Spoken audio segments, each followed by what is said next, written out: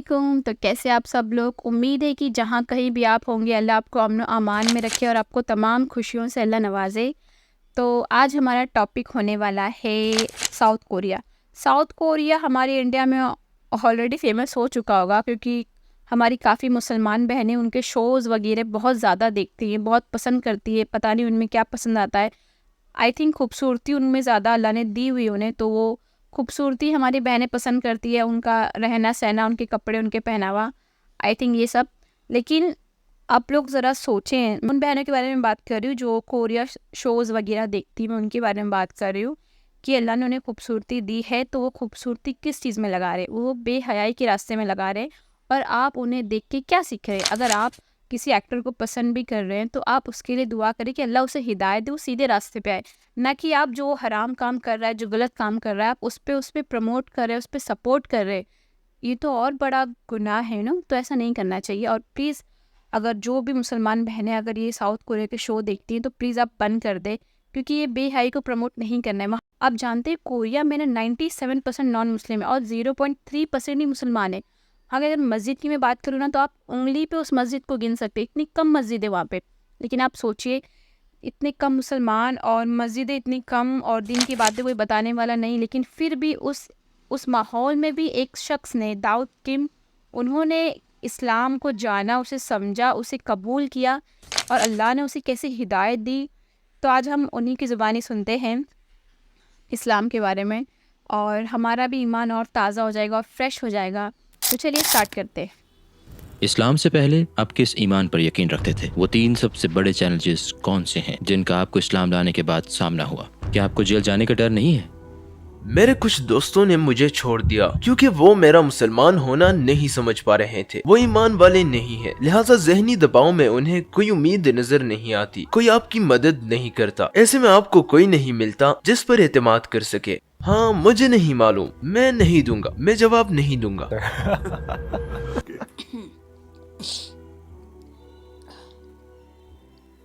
خوش آمدید داؤد. مجھے مدعو کرنے پر آپ کا بے حد شکریہ. ہم آپ کی کہانی سننا چاہتے ہیں. داؤد کون ہے؟ میں کوریا، جنوبی کوریا میں پیدا ہوا اور وہیں پلا بڑھا. میرے خیال میں کوئی خاص آدمی نہیں ہوں. میں کوریا میں عام لوگوں کی طرح رہ رہا تھا. میں نے یونیورسٹی میں موسیقی کی تعلیم حاصل کی اور چند سال پہلے میں نے اسلام قبول کیا، اور شاید میں اب بھی یہ سفر طے کر رہا ہوں. کیا اس کی کوئی خاص وجہ ہے کہ آپ نے اپنا نام داؤد منتخب کیا؟ دراصل میں نے اس معاملے میں بہت احتیاط کی ہے. جب میں نے اسلام قبول کیا اور اسلام قبول کرنے کا فیصلہ کیا تو میں نے لوگوں سے پوچھا کہ کیا مجھے نام بدل کر عربی نام رکھنا ہوگا یا کچھ اور، لیکن لوگوں نے کہا نہیں، آپ کو اپنا نام بدلنے کی ضرورت نہیں. میں پیدائشی کیتھولک ہوں. میرے والدین کی وجہ سے، لہٰذا میرے والدین نے میرا کیتھولک نام رکھا جو کہ ڈیوڈ تھا. میں نے صرف اس کا تلفظ بدلا ہے، ڈیوڈ سے داؤد. ڈیوڈ اور داؤد ایک ہی شخص کے نام ہیں؟ ہاں بالکل، نبی کا نام. کیا آپ مستقبل میں کسی مسلمان ملک میں منتقل ہونے کا ارادہ رکھتے ہیں؟ ہاں میرے خیال میں، کیونکہ کیا وجہ ہے؟ آپ اپنے ہی ملک میں مطمئن نہیں ہیں؟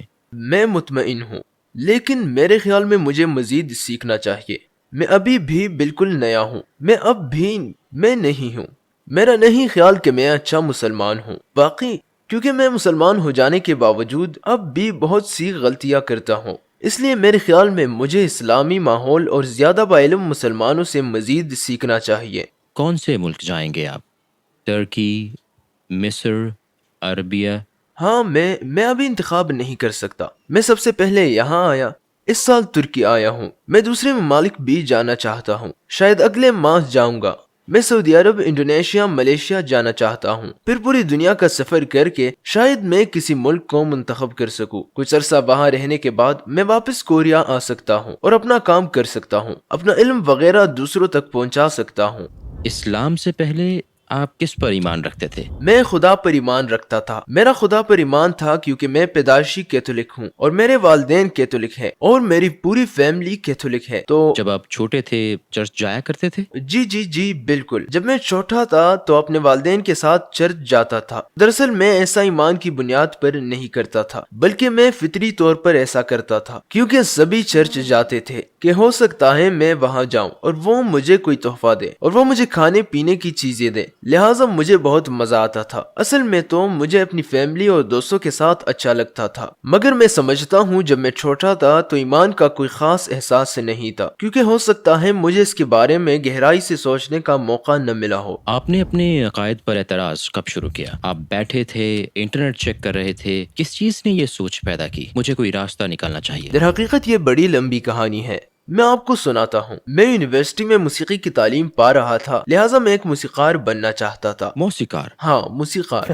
سنگر۔ جیسے کہ مجھے جیز میوزک بھی پاپ پسند سنگر ہے۔ تھا اور میرے بہت سے دوست موسیقار تھے، تو مجھے ایک چھوٹے کنسرٹ کے لیے دوسرے ملک جانے کا موقع ملا۔ وہ ملک تھا انڈونیشیا، تو میں وہاں گیا۔ آپ بیٹری گٹار کیا بجاتے تھے؟ میں پیانو بجاتا تھا، تھوڑا بہت گٹار بھی، اور میں گاتا تھا، میں گانا گاتا تھا۔ تو میں نے انڈونیشیا جکارتا میں کنسرٹ کیا۔ یہ واقعی بڑا دلچسپ تھا۔ میں اسلام کے بارے میں کچھ نہیں جانتا تھا، کیونکہ کوریا میں اسلام کے بارے میں کوئی معلومات نہیں ہے، اس کے بارے میں جاننا بہت مشکل ہے۔ آپ نے کبھی محمد اسلام کے بارے میں کوئی لفظ تک نہیں سنا تھا؟ نہیں، لیکن میں صرف جانتا تھا، مجھے نہیں پتا مجھے کہنا چاہیے یا نہیں، لیکن میں صرف دہشت گردوں کے بارے میں جانتا تھا، کیونکہ کوریا میں جب میں چھوٹا تھا تو 9/11 ہوا تھا، اور یہ کوریا میں بہت بڑی خبر تھی، بہت بڑی خبر، لہٰذا مجھے بھی بڑا دچکا لگا تھا، اور وہ اس طرح بات کرتے تھے کہ اسلام ایسا ہے ویسا ہے۔ تو جب میں چھوٹا تھا تو اس وقت یہ سوچتا تھا کہ جیسے اسلام کوئی خطرناک چیز ہے، لیکن جب میں انڈونیشیا آیا میں نے کئی لڑکیوں کو سکارف پہنے دیکھا، اور بہت سے داڑھی والے لڑکوں کو جو نماز پڑھتے تھے، تو مجھے بڑا تجسس ہوا، یہ اتنے مختلف کیوں ہیں؟ تو میں نے ان سے پوچھا یہ سب کیا ہے، اور انہوں نے مجھے جواب دیا یہ اسلام ہے، اور یہ ان کے ایمان کا حصہ ہے، اور در حقیقت وہ بڑے مہربان تھے، اور انہوں نے واقعی میری بڑی خاطر مدارت کی۔ وہ ہمیشہ کہتے او کیا میں آپ کی مدد کر سکتا ہوں؟ میں آپ کی مدد کرنا چاہتا ہوں، میں آپ کو اس کا حقدار سمجھتا ہوں، میں آپ کو یہ دینا چاہتا ہوں، میں آپ کو ایک تحفہ دینا چاہتا ہوں۔ تو جب میں چھوٹا تھا تو میں یہ سوچتا تھا کہ جیسے اسلام ایک خطرناک چیز ہے، لیکن جب میں انڈونیشیا آیا تو یہاں لوگوں کو بالکل مختلف پایا۔ وہ اتنے مہربان، اتنے پرسکون، اور ہمیشہ مسکراتے رہتے تھے، اور ہمیشہ دوسروں کی مدد کرنے والے تھے۔ مجھے لگا یہ سب اس سے مختلف ہے جو میں جانتا ہوں، یہ مکمل طور پر مختلف تھا۔ تو پہلے تو مجھے اس مذہب سے دلچسپی محسوس ہوئی، اور میں نے اس سے بڑی عمدہ چیزیں محسوس کی۔ پھر میں واپس کوریا آ گیا۔ اصل میں تب میری صورتحال اچھی نہیں تھی، مطلب مالی حالت اچھی نہیں تھی، اور میری فیملی خوشحال نہیں تھی، لہٰذا مجھے ملازمت تلاش کرنی تھی۔ موسیقی کے کام میں زیادہ کمائی نہیں تھی، وہ اتنا مستحکم ذریعہ نہیں تھا، اس لیے مجھے اپنی فیملی کے لیے کام کرنا تھا، لیکن وہ ملازمت ذہنی دباؤ کا باعث تھی، کافی ذہنی دباؤ کا باعث۔ مجھے چونکہ تخلیقی کام پسند تھا، میں کوئی چیز بنانا چاہتا تھا، جیسے کہ یہ موسیقی بھی ہو سکتی تھی یا ویڈیو بھی، مجھے نہیں معلوم، لیکن میں کچھ تخلیق کرنا چاہتا تھا۔ لیکن جب میں کام کر رہا تھا تو کمپنی مجھ سے زیادہ خوش نہیں تھی، لہٰذا میں نے یوٹیوب شروع کر دیا۔ تو میں نے یوٹیوب کا کام شروع کیا، لیکن میرا یوٹیوب چینل موسیقی سے شروع ہوتا ہے، میں اپنی کور میوزک ویڈیوز اور اسی طرح کی چیزیں اپلوڈ کرتا تھا۔ اس کے بعد مجھے اچانک یہ سوجی کہ میں انڈونیشیا کے اپنے احساسات کیسے بتا سکتا ہوں۔ مجھے نہیں معلوم کہ اچانک یہ سوچ کیسے آئی، میں نے یہ کیوں سوچا، تو بس جو کچھ میں مسلمانوں سے متعلق جانتا ہوں وہ بتا دیتا ہوں، کیونکہ بہت سے کورین سمجھتے ہیں اسلام خطرناک ہے، لیکن میں نے اسلام کے بارے میں بہت سی اچھی چیزیں محسوس کی، لہٰذا میں نے ان کے بارے میں بات کی، میں نے یوٹیوب پر اپنے احساسات شیئر کیے، اور یوں بہت سے لوگ اس میں دلچسپی لینے لگے۔ بہت سے لوگوں نے مجھے اسلام کے بارے میں سکھایا۔ مثلا اگر آپ اسلام سے متعلق جاننا چاہتے ہیں تو آپ فلاں سے بات کر سکتے ہیں، اور میں امام سے بات کروں گا۔ آپ کوریا میں کوئی مسجد دیکھ سکتے ہیں اور آپ وہاں نماز ادا کرنا سیکھ سکتے ہیں، یا آپ رمضان میں روزے رکھنے کا طریقہ جان سکتے ہیں۔ تو میں نے رفتہ رفتہ ان پر عمل شروع کر دیا۔ مجھے نہیں پتا کیوں، لیکن شاید لگتا ہے جیسے یہ سب قدرتی طور پر مجھ سے ہو رہا تھا۔ میں مسجد جاتا تھا، مسجد میں نماز ادا کرتا تھا، رمضان میں روزے رکھتا تھا، اور اس دوران میرا ایمان تھوڑا بہت پختہ ہو گیا تھا، کیونکہ جب میں مسلمانوں کے ساتھ نماز پڑھتا تھا تو مجھے پرکیف احساس ملتا تھا، ایسے لگتا تھا گویا کوئی میری مدد کر رہا ہے، جیسے کوئی مجھے دیکھ رہا ہے، اور جیسے کوئی مجھے امید دلانا چاہتا ہے، کیونکہ تب میں بالکل کیا آپ اس وقت مسلمان تھے جب آپ عمل کر رہے تھے؟ نہیں، میں مسلمان نہیں تھا، میں کیتھولک تھا، لیکن میرا اس پر کوئی خاص ایمان نہیں تھا۔ آپ بس عمل کی کوشش کر رہے تھے، لیکن آپ نے اسلام قبول نہیں کیا تھا؟ ہاں، میں نے قبول نہیں کیا تھا، لیکن عمل شروع کر دیا تھا۔ جیسا کہ مراقبے وغیرہ کے طور پر؟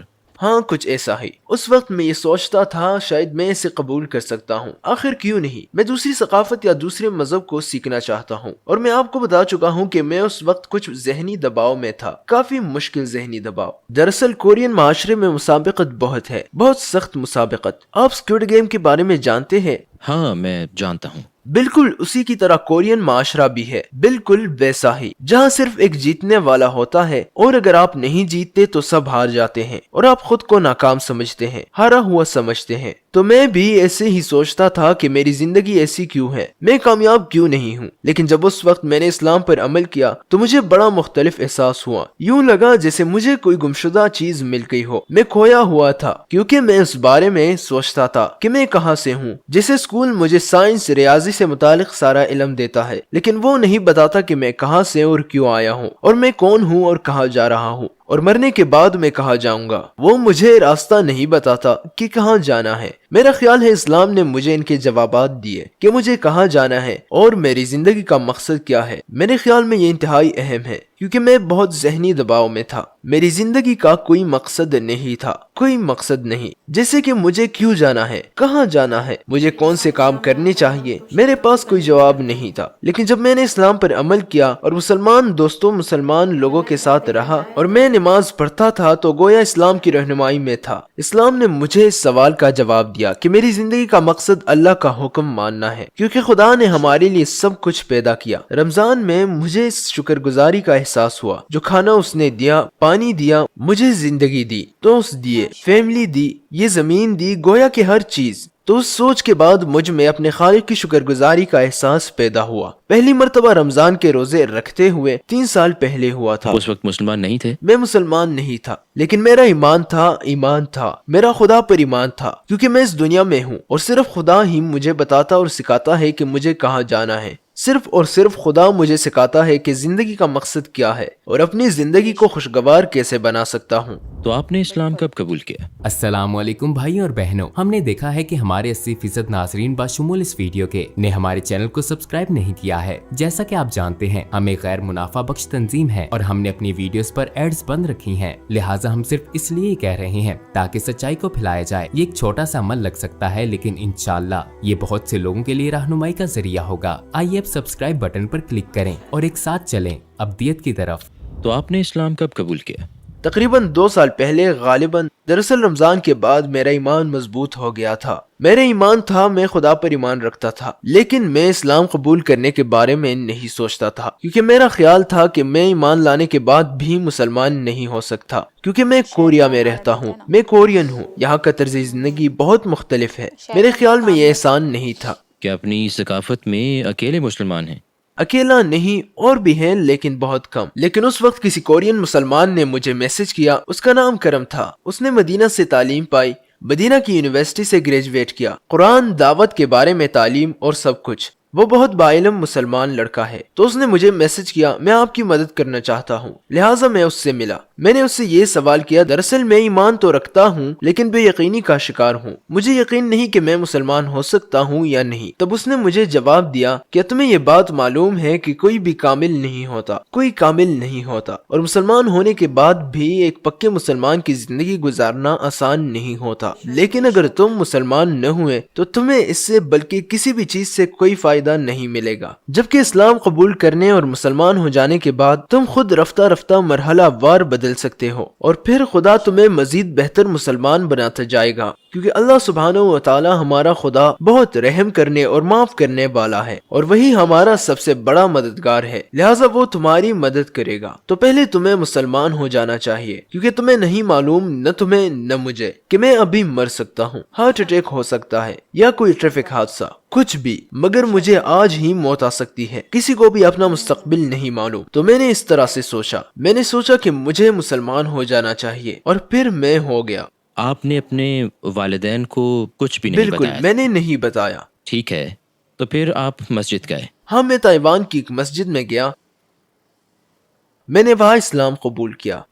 وہاں کا ماحول اور آپ کے ارد گرد کے لوگوں کے کیا احساسات تھے؟ کیا آپ ہمیں ان لمحوں کے بارے میں بتا سکتے ہیں؟ بہت شاندار احساس تھا جب میں اس مسجد میں گیا اور وہاں امام سے ملا جو کوریا میں سب سے بڑے عالم ہیں، اور جب میں ان سے ملا تو وہاں دوسرے ائمہ بھی موجود تھے۔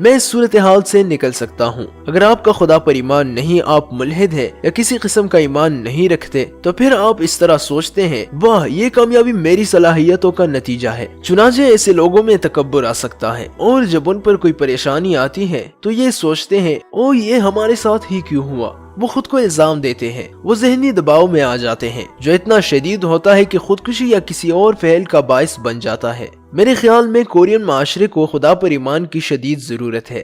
تصور کریں کہ آپ اسکوئڈ گیم کا ایک کھلاڑی ہیں اور آپ کو قتل ہونے سے پہلے بچنے کے لیے کسی کو دھوکہ دینا یا جھوٹ بولنا ہے، تو آپ کیا کریں گے؟ میں مرنا نہیں چاہتا، میں جھوٹ نہیں بولنا چاہتا، مجھے نہیں معلوم۔